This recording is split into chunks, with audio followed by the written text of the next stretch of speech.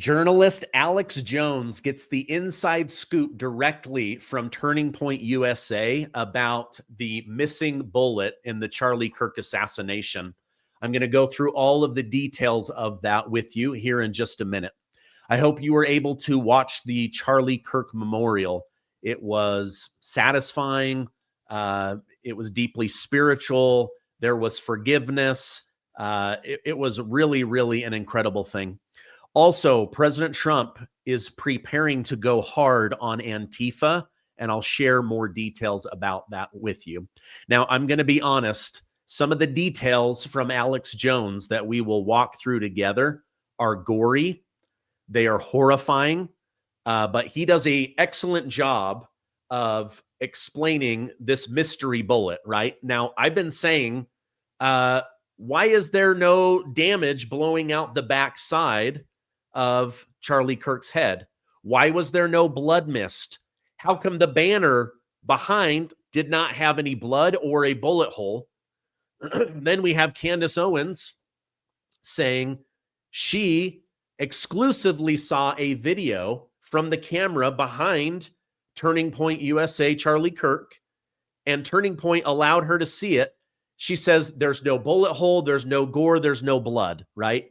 Well, now the details are coming out that the bullet is exploded inside of Charlie Kirk's body. Whether they've recovered it or not and sent it off for analysis or over to Quantico, I don't know the full details on that, but I do know the details of what is going on with this.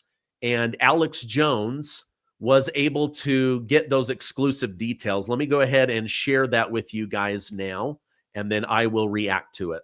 I got a call last night from Jack Posobiec, and he says, yeah, we see your viral post from an hour ago where you're quoting the TPUSA spokesperson, who, by the way, is a big fan of yours. You know, you've met him, you've hung out with him, had dinner with him, Andrew Colvin, where he's quoting the surgeon that attended to Charlie when he was brought in, and he didn't want to give the details out, so I understand how it looks a little weird that the bullet didn't go through. You need to call him. So I call him, and he goes, listen, I don't want to give the details out. I said, well, I can't help it if I'm explaining. He goes, okay, fine, but it's really gruesome. And he said that.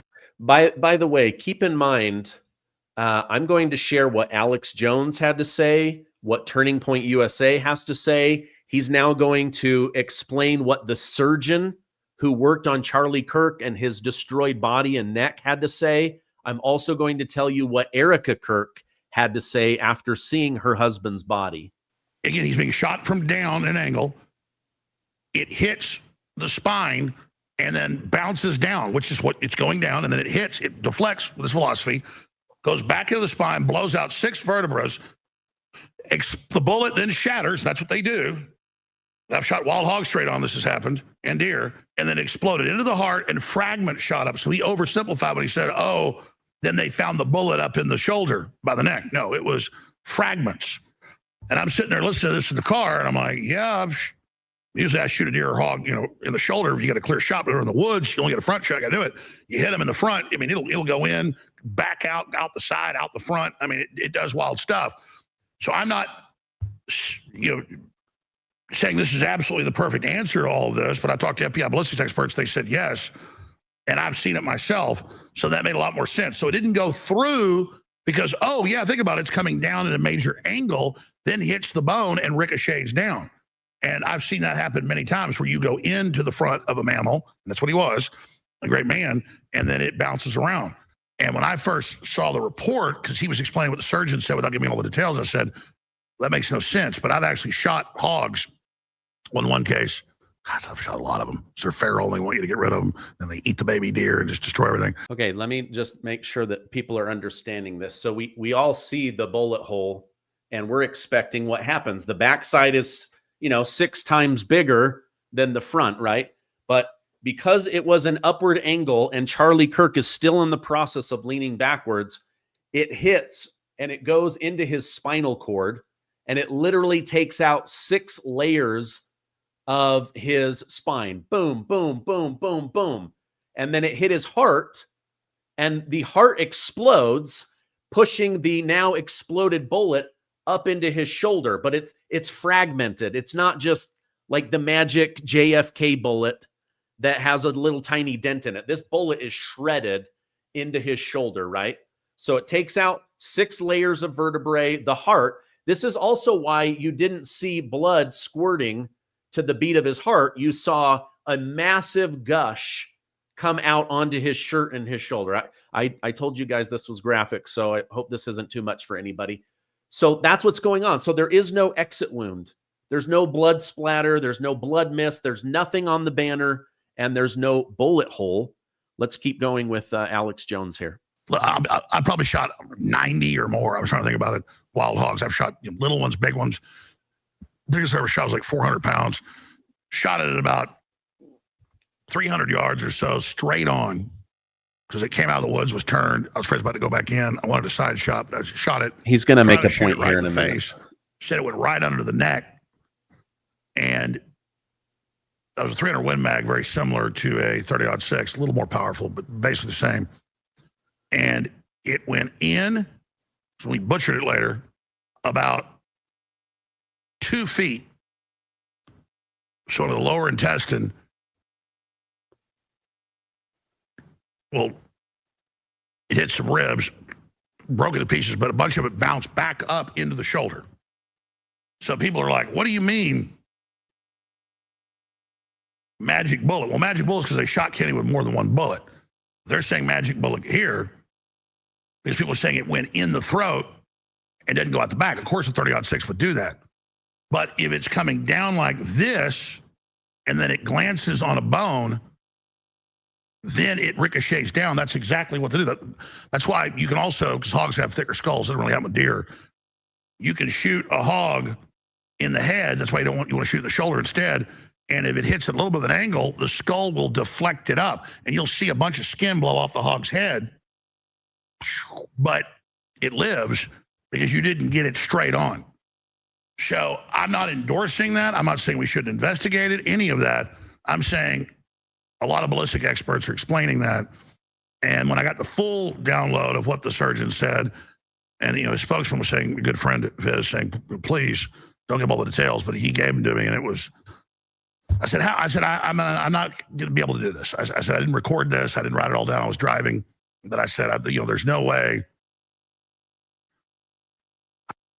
I can't explain it. So he was explaining the different T levels. He'd written it down. What the surgeon told him. It comes down like this at an angle, hits the bone at a glancing, bounces down, runs in. That's the left side. So the heart's at, centered over to the left, goes all the way down. It hits bones, fragments blast out the heart, and then fragments. Perfect. Yeah, but boom, shattered up into the shoulder.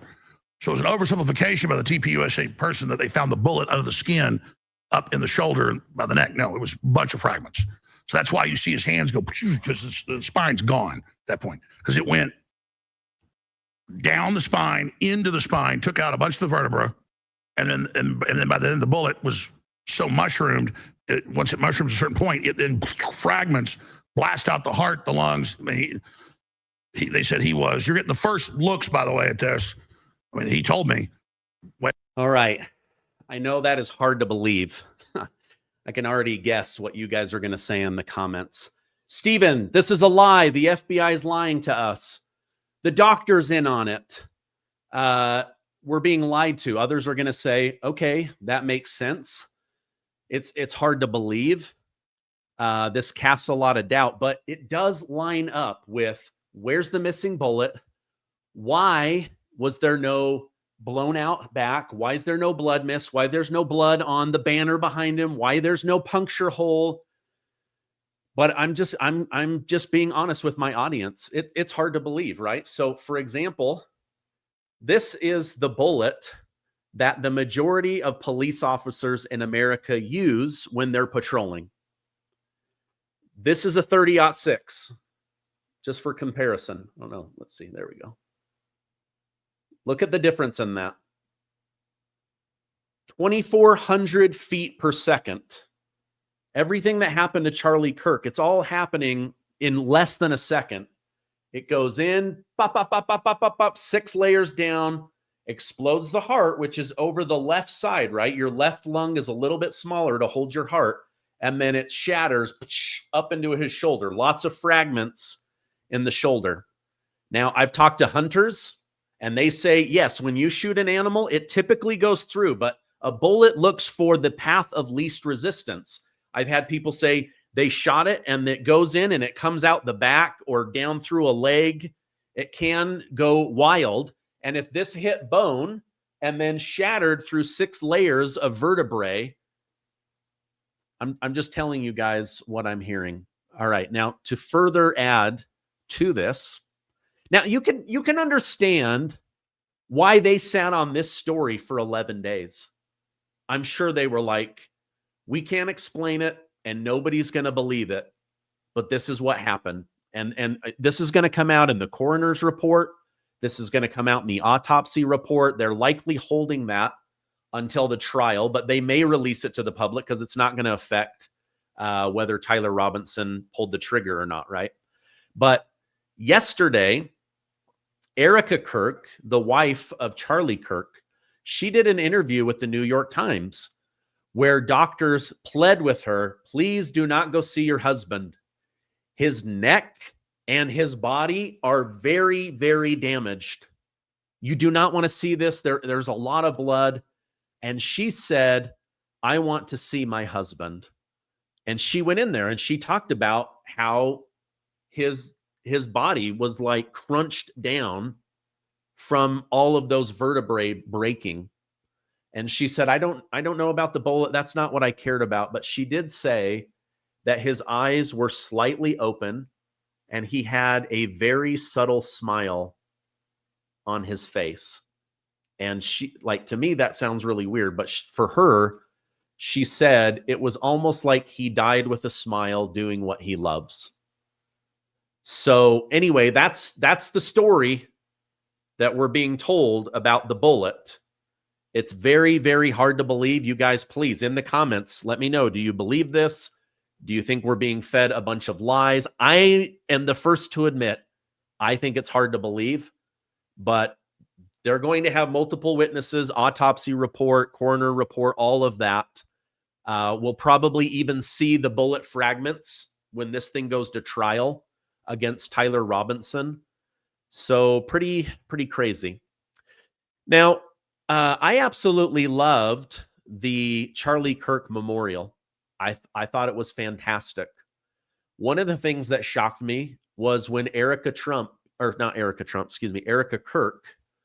said that her husband loved what he did, and that as a Christian, she is taught to forgive people, and that her husband went onto campuses to change boys just like the one that shot him. And then she said, I forgive him. She didn't say the law shouldn't do anything, but just for her, so that she can move on, so that she doesn't have to carry hate in her heart, she said, I forgive him. When asked earlier in that New York Times interview, do you want the death penalty? She said, it's not my decision, and I don't want any blood on my hands. And when I meet Jesus, I don't want him to say, you went with the eye for an eye route, huh? So this is a woman who is deeply Christian, deeply religious. I don't know that I would be there that early. I had somebody that really damaged my life and my business, and it took me a couple of years. I wanted to want to forgive him, but it took me a few years, and now I completely forgive him. In fact, he's in jail for 25 years, and I don't think he should be. He did something very, very bad and very wrong, but I don't know that he should be. So anyway, this is the information. Now, one thing that really stood out to me, and Steve Bannon touched on this, but just how many people in the Trump organization are extremely Christian. I knew some of them had, religious beliefs and ideologies, but to see how many of them were there bearing testimony of Christ, of forgiveness, of Christ's attributes and character was really, really something. I believe this administration may be the most pro-family, pro-Christian administration that we have had in a long time. But listen to what Steve Bannon from the War Room had to say. The whole service was muscular Christianity. This is why I put out the New York Times and MSNBC are going to lead tomorrow, because you know they're melting down. Muscular, a form of muscular Christianity, Christian nationalism, was put forward here in the memorial service for a slain American martyr. Yeah, right? And they're going to freak out because you had this. So a muscular Christianity, he says, and that the left-leaning media is going to freak out. I can tell you, I've been on watching the news all morning. They're saying, this isn't what Christianity stands for. This isn't what God would want. It's not good to have God in schools. It's not good to have God in government, on and on and on and on. They just went on. All right, now I'm going to tell you about today's sponsor, and then I want to tell you about two big stories. One that stood out to me with Dr. Ben Carson, and President Trump is preparing to go aggressively after Antifa. Did you know a dangerous amount of microplastics are now being found in our water, food, bloodstream, even our brains? These tiny plastic particles, often invisible to the naked eye, carry toxic chemicals like BPA that disrupt hormones, damage DNA, and inflame our organs.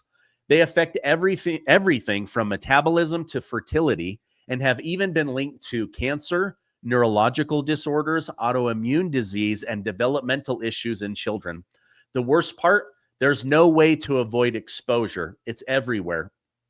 But there is a way to fight back, and it starts in your gut. Your gut is your first line of defense. A healthy microbiome can bind to and break down microplastic toxins before they poison your cells. But if your own gut is compromised, those toxins sneak right through, wreaking havoc on your immune system, energy levels, digestion, skin, even your brain. That's why we're healing our guts through kimchi. Now, kimchi restores the gut flora in your gut. Because in a world full of plastic, your gut needs to be bulletproof. Today, you can get an exclusive offer by clicking on the link below, or you can use code Gardner to get 25% off your order. For an even better deal, call my friends at Brightcore right now to get up to 50% off your order and free shipping. This stuff is great. It's been awesome for my gut, my bowels, my digestion, bowel movements. It's been awesome. And why save 25% when you can save up to 50% and get free shipping? Again, give them a call at 888-908-4425. Okay, I want to tell you guys about one of the talks that stood out to me. Of course, there was a lot of them. I mean, maybe too many talks, to be honest. It ended up being a 5-hour service that was supposed to be 2 hours. But one that really stood out to me was Dr. Ben Carson. And I want to play that because he talks about how we have to stand up, use common sense, open our eyes, because communism is infiltrating the United States. For many decades, there have been people who are trying to fundamentally change who we are. And there was a man by the name of Cleon Skousen who wrote a book called The Naked Communist in the 50s. And he exposed the things that were being done by the Marxists to gain control of our country. Such things as gaining control of the public education system and the teacher unions so that you could infiltrate and indoctrinate our young people. It was a radical leftist who said, give me your children to teach for 4 years, and the seed that I sow will never be uprooted. That's what's going on. They also had a goal of gaining control of the media and Hollywood so they could change the culture in America, making sexual perversion normal, natural, and healthy. And speaking of that, pushing God out of our society and changing the gospel to the social gospel. Have you noticed that a lot of preachers don't want to talk about what's in the Bible if it's counter to the social gospel? Well, I challenge the ministers out there to talk about what the Bible says and not what the leftists say. It's been known for a long time that communism is always on the edge, trying to leak into America. And one way that they have is through these radicalized universities, these anti-God, anti-religion university. And I don't need anyone that watches me to be Christian or religious. You're welcome to be an atheist, but don't pretend like you don't benefit from a majority of people believing in the 10 Commandments and living by the law. So he goes on to say they will infiltrate our schools and our children. Just look at the Charlie Kirk situation. The majority of people that were saying they were glad Charlie Kirk died were teachers. Over 100 teachers were removed within 72 hours just in the state of Texas. So then it goes up from there into the medical. And anyway, people are allowed to have their opinions, as vile as they are. But one area where things are getting out of control is with this Antifa.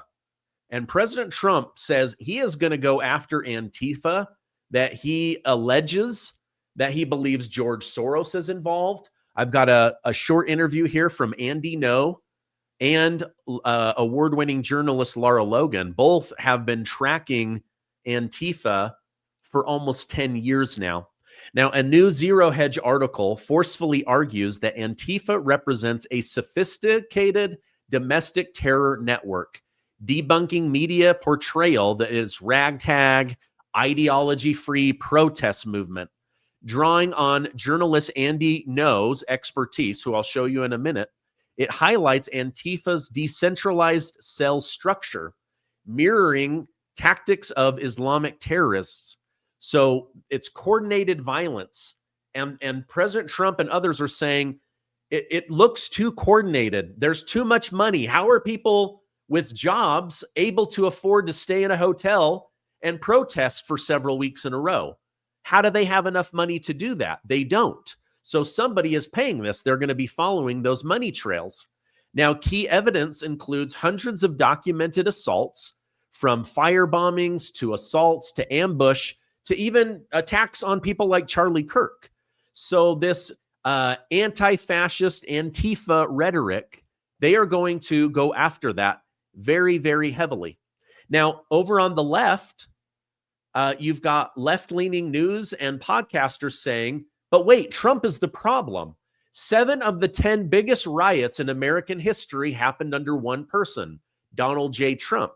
However, after digging in, they believe 7 of the 7 are heavily connected to Antifa and paid agitators. So now let's go ahead and listen to what Andy No and Lara Logan had to say about this.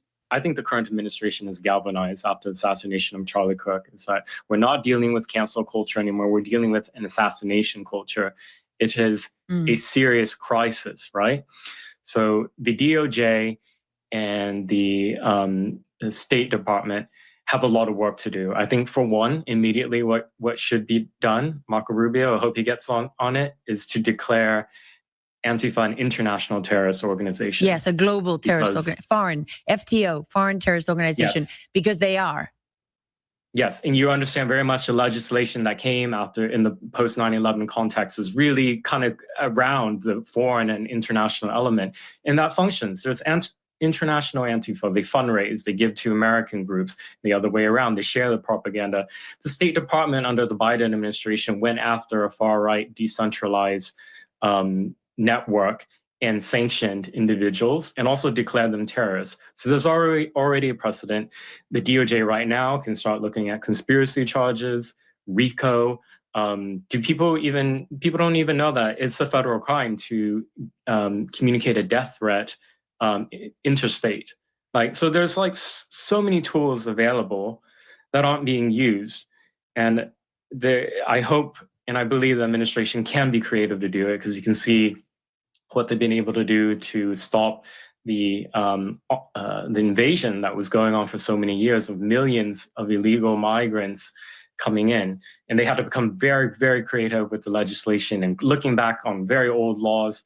So they have to have that same type of resolve. So he's saying, while the Biden administration and DOJ were pursuing grandmas who went into the Capitol on January 6th, demonizing Catholics, demonizing parents that went to school board meetings, Antifa was growing and being funded and growing internationally. There's now 4 or 5 other countries that are declaring Antifa a terrorist organization. That's why they say this should be an international terrorist organization. So I'll be back on later with more information.